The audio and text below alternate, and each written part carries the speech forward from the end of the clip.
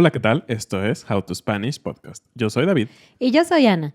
En este episodio te vamos a contar de momentos históricos que sucedieron a causa de errores. How to Spanish Podcast is designed to help Spanish students improve their listening and vocabulary skills, and it's made possible thanks to our Patreon community. By joining the community, you can access the vocabulary guide and interactive transcript, bonus episodes, and monthly activities to practice your Spanish. If you would like to join the experience, go to patreon.com/howtospanishpodcast. Muchas gracias y bienvenidos a nuestros nuevos patrones: Richard, Greg, Bonnie, Jody, Asisa, Doug, Radmila, Chico, Minoru. Shelia. Volvemos a estos episodios donde hablamos de cosas históricas que no necesariamente tienen que ver con México, ¿no? Hemos hablado ya de algunas cosas y este en particular creo que va a ser muy divertido y muy interesante porque casi siempre pensamos en que la historia está escrita como en piedra y que fueron acontecimientos tan importantes que tuvieron que haber pasado tantas cosas y a veces nos imaginamos tal vez como Un gran plan. un gran plan y grandes acontecimientos, los grandes héroes, ¿no? Como,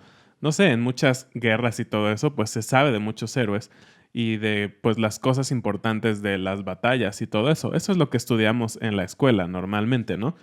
Pero a veces tampoco pensamos en las cosas reales, ¿no? Que muchas veces en la vida y no en la historia universal o en la historia, digamos, clásica que todos conocemos, simplemente en nuestra vida hay cosas importantes que cambian el rumbo o cambian la manera en que vivimos, que pasaron por casualidades, ¿no?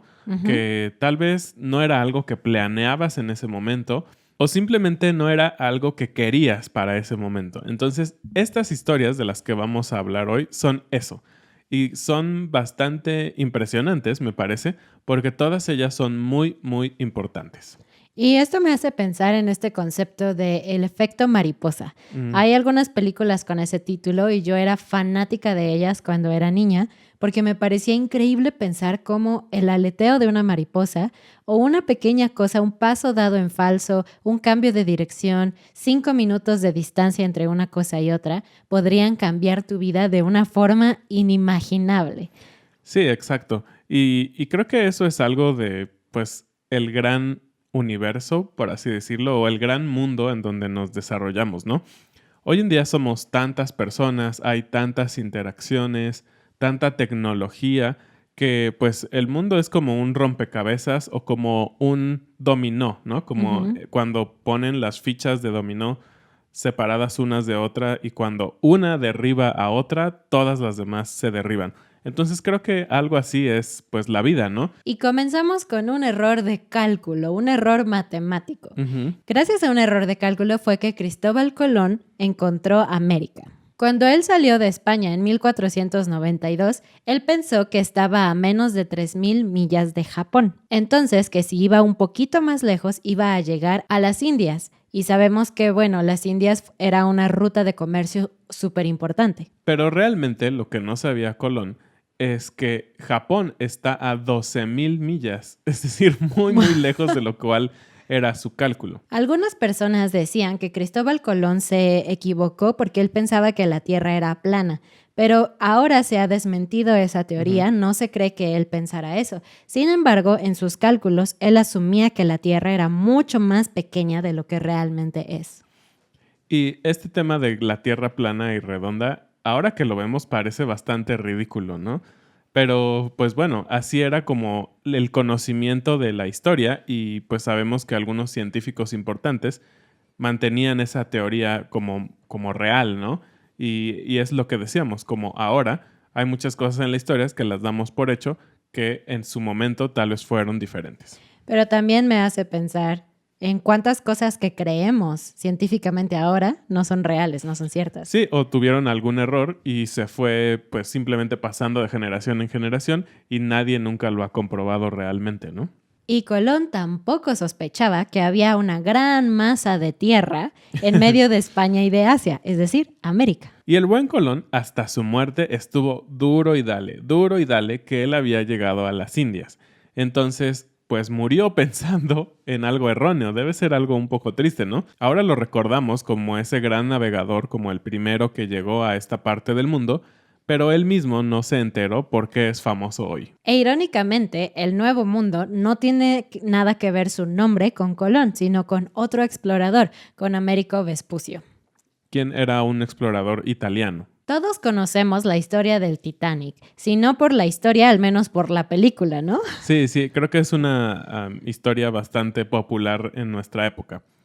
Y pues todos sabemos la conclusión, ¿no? Que tristemente el Titanic se hundió y pues que fue un gran acontecimiento porque era un gran barco, era pues como una muestra enorme de la ingeniería de ese momento, con todas las riquezas posibles del mundo, las personas o muchas personas muy famosas viajaron ahí en su viaje inicial y todo esto. Fue como una gran celebración.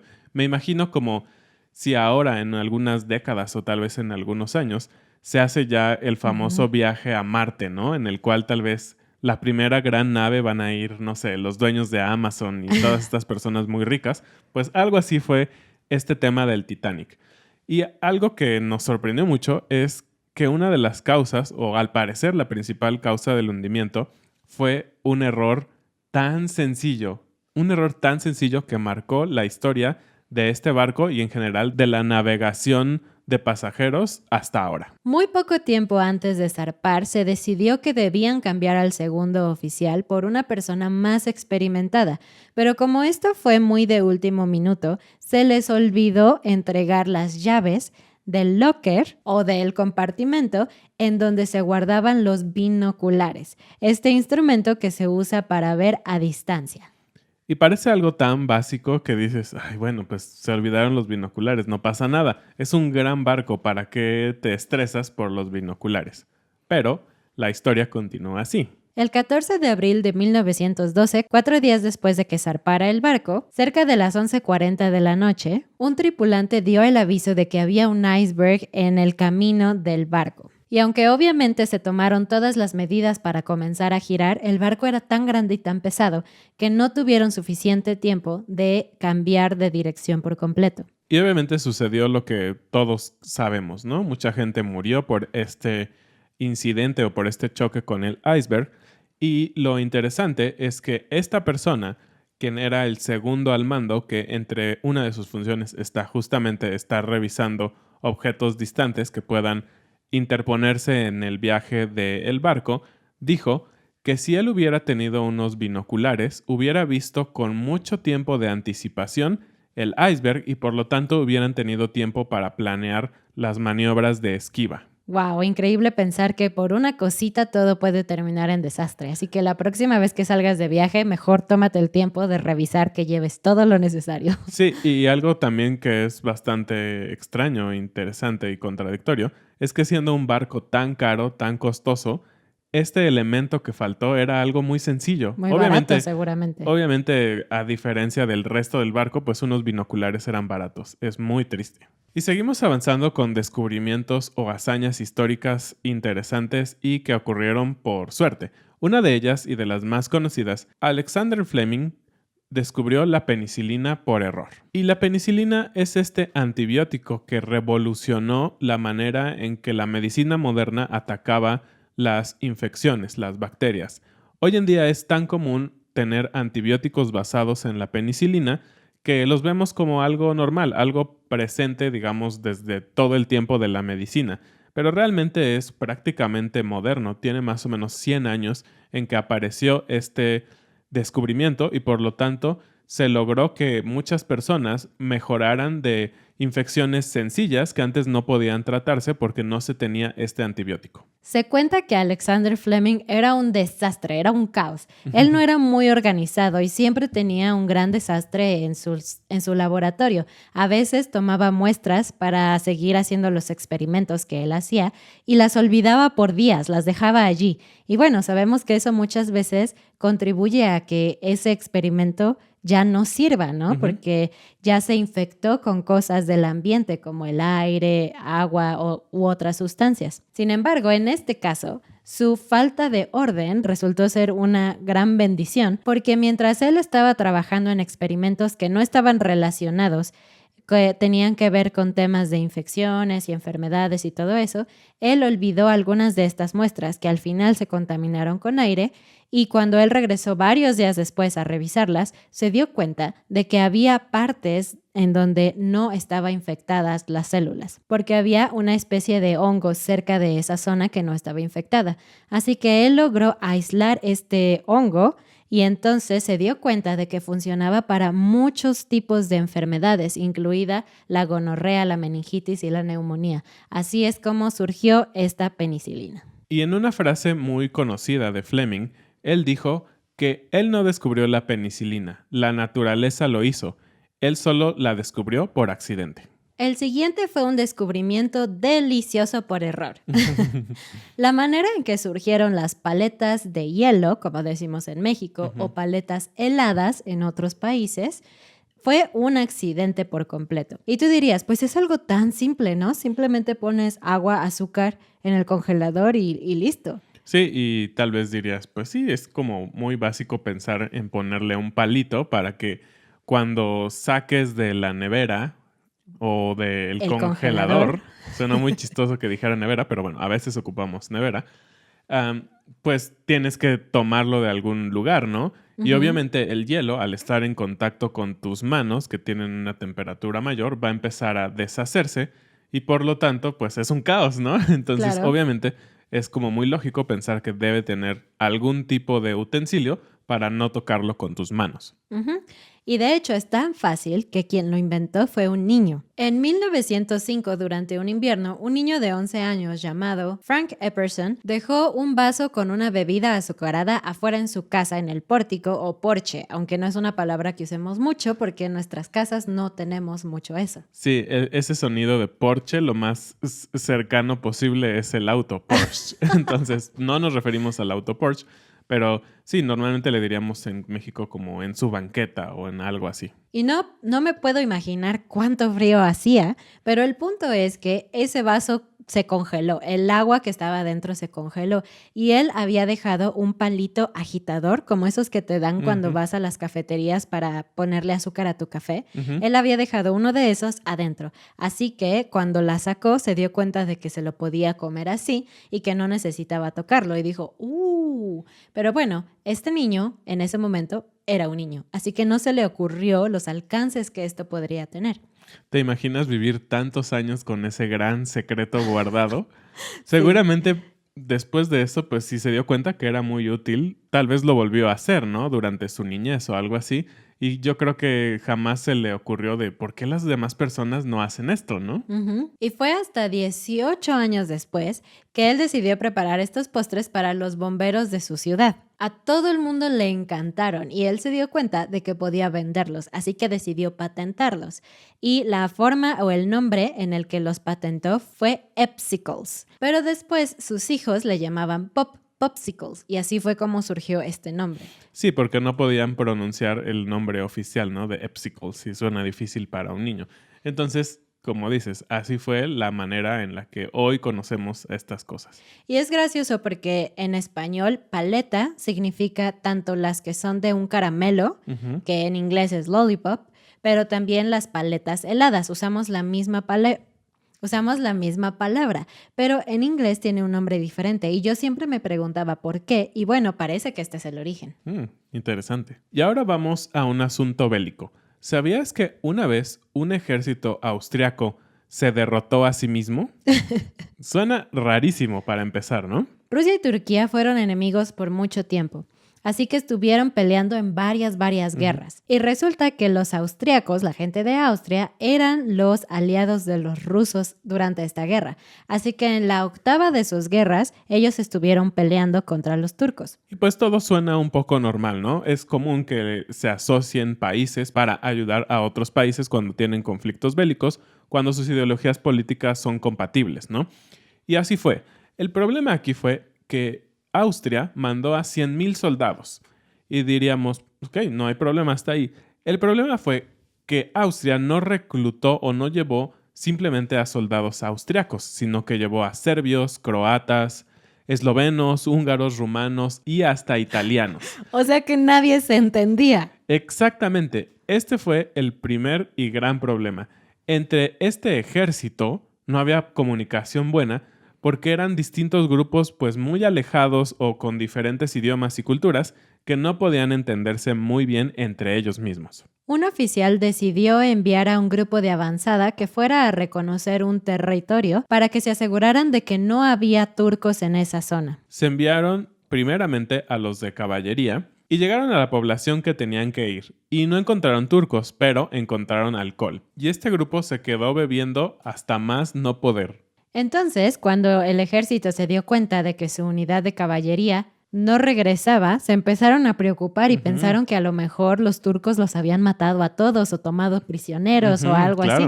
Así que esta vez dijeron, bueno, vamos a enviar a nuestra infantería para que vaya a ver qué es lo que pasó. Ellos llegaron a donde estaba el primer grupo de caballería y se los encontraron súper borrachos. Ellos querían unirse a la fiesta, pero los grupos de caballería dijeron, no, ese es nuestro alcohol y no vamos a compartirlo. Entonces, ellos se molestaron, estamos hablando del mismo ejército, entre comillas, y decidieron formar barricadas para proteger su alcohol del otro grupo que no estaba borracho, pero que quería tomar con ellos. Se empezaron a pelear y la disputa creció más y más y más hasta que alguien decidió dar un tiro al aire.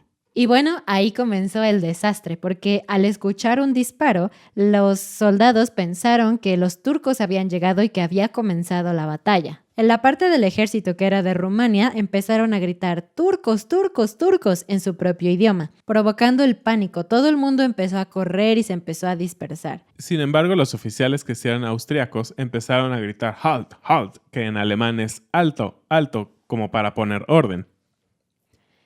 Pero lo que pasó fue que el resto del ejército, que no entendía alemán, pensaron que estaba diciendo Alá, Alá, el dios de los musulmanes. El punto es que nadie se entendía y todo el mundo estaba seguro de que estaban bajo ataque. Obviamente hubo fuego amigo, así que muchos de los soldados mataron a otros soldados que eran parte de su mismo ejército.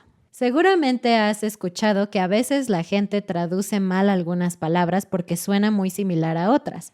Es un error muy común. Incluso Google Translate a veces te da errores en su traducción. Claro.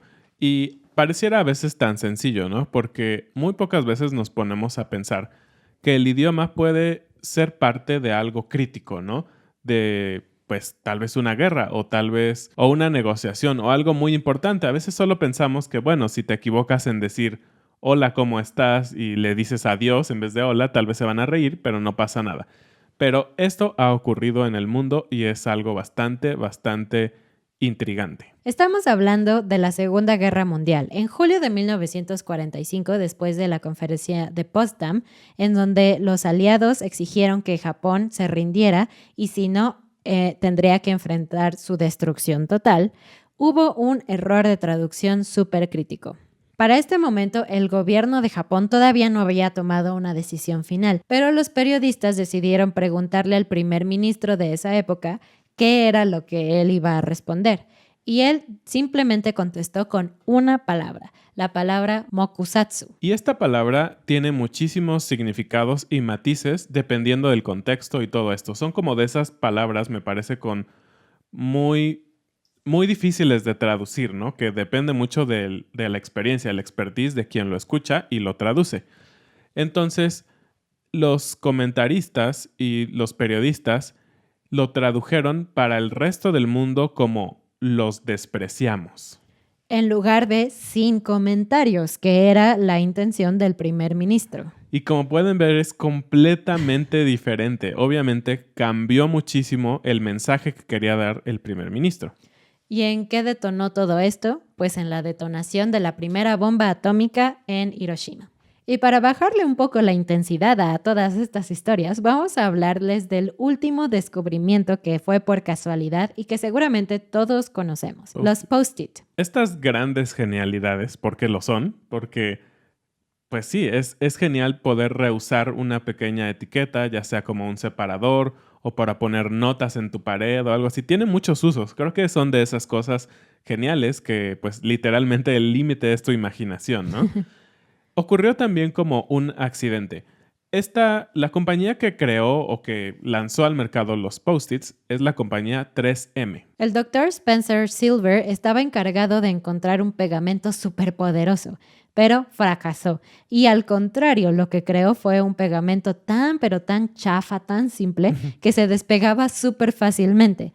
Pero tenía una ventaja. La ventaja era que podía reusarse en múltiples ocasiones y no perdía rápidamente sus propiedades. Porque es común que cuando despegas algo, cualquier otro tipo de pegamento, difícilmente puedes volver a pegarlo. Además, deja muchas marcas en la pared o en las superficies, pero este pegamento no. Así es. Cuando este científico terminó sus estudios, lo vio como un fracaso. Dijo, no puede ser, no pude hacer que fuera un gran pegamento. El pegamento era inicialmente para aviones. Imagínense qué fuerte tenía que ser.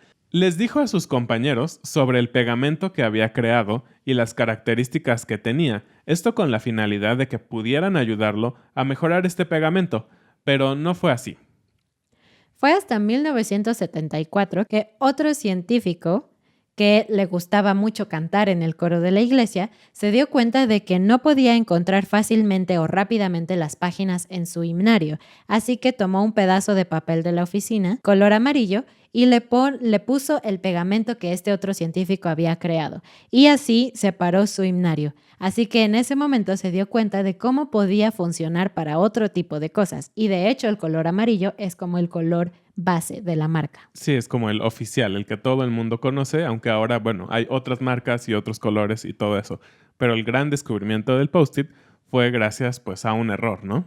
La pregunta del día. Cuéntanos sobre un error o un accidente que cambió tu vida, pero para bien. Y ahora vamos con la frase del día. La frase del día es duro y dale. Sí, David lo mencionó al principio cuando hablamos sobre Cristóbal Colón, que él estaba duro y dale. Eso quiere decir que una persona es muy necia con algo. Puede ser con una actitud o con palabras o cualquier cosa. Alguien que repite y sigue en lo mismo, eso es duro y dale. Tal vez es una manera un poco más ligera de decirle a alguien necio. Sí. Y bueno, esto es todo por este episodio. Esperamos que hayan aprendido, que se hayan divertido como nosotros y nos vemos la siguiente semana. No olviden ver nuestras transmisiones en vivo todos los martes, visitar nuestra página web howtospanishpodcast.com, nuestras redes sociales y nuestra página de Patreon. ¡Adiós! Adiós.